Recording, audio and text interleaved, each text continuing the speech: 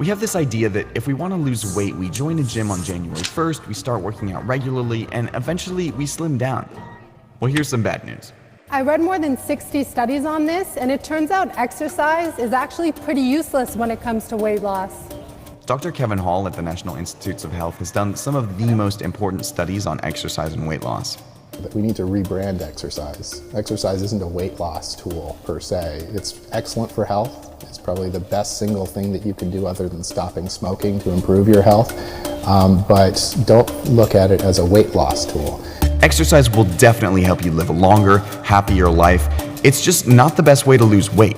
And the reason it has to do with how our bodies use energy. You may not realize it, but physical activity is actually a tiny component of your daily energy burn.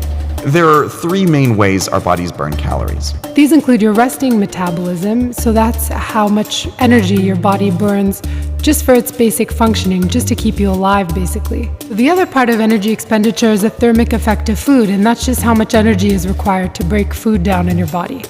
The third part of energy expenditure is physical activity. For most people, physical activity, that's any movement you do, only accounts for about 10 to 30% of energy use. So the vast majority of energy or calories you burn every day comes from your basal or resting metabolism, over which you have very little control. While 100% of your calories in are up to you, only about 30% of your calories out are in your control. One study found that if a 200-pound man ran for an hour, 4 days a week for a month, he'd lose about 5 pounds at most, assuming everything else stays the same. And everything else doesn't stay the same.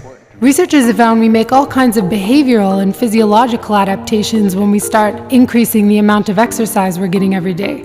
For one thing, exercise tends to make people hungry. And I'm sure you know the feeling. You go for a spinning class in the morning, and then by the time you eat breakfast, you're so hungry you maybe double the size of the portion of oatmeal you'd normally eat.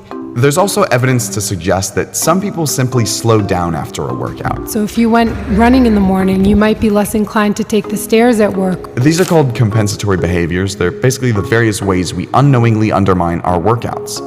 Researchers have also discovered a phenomenon called metabolic compensation. As people start to slim down, their resting metabolism can slow down, so the amount of energy you burn while at rest is lower.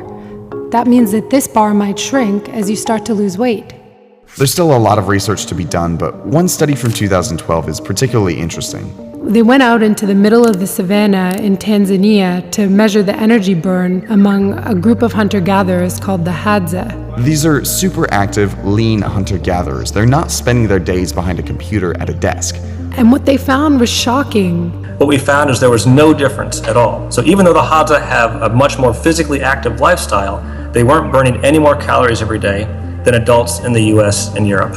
Somehow, the energy they used for physical activity was being offset or conserved elsewhere. So how do they stay slim? They don't overeat. We can undo the calories that we burn off in exercise pretty quickly. It would take about an hour of running to burn off a Big Mac and fries. You'd have to spend about an hour dancing pretty vigorously to burn off 3 glasses of wine you might drink with dinner. An hour of cycling really intensely on exercise bikes to burn off about 2 donuts. And that's why exercise is best seen as a healthy supplement for a strategy that's focused on food. But despite extremely high obesity rates in the US, government agencies continue to present exercise as a solution, as do companies with a real interest in making sure we keep eating and drinking their products. Since the 1920s, companies like Coca-Cola have been aligning themselves with the exercise message. The idea here is that you can drink all these extra bottles of soda as long as you work out. But as we're seeing, it doesn't work like that. Actually burning off those extra calories from a can of soda is really, really hard. We have an obesity problem in this country, and we shouldn't treat low physical activity and eating too many calories as equally responsible for it. Public health policymakers should really prioritize improving our food environment to help people make healthier choices about what they eat. It's not impossible to lose weight through exercise, it's just a lot harder. And we need to recognize how that works. If you do go to the gym and you burn all these calories, it takes you a long time to do so, and you put in a great amount of effort. You can erase all of that in 5 minutes of eating a slice of pizza. The relative magnitude is actually quite surprising, and most people don't fully appreciate that.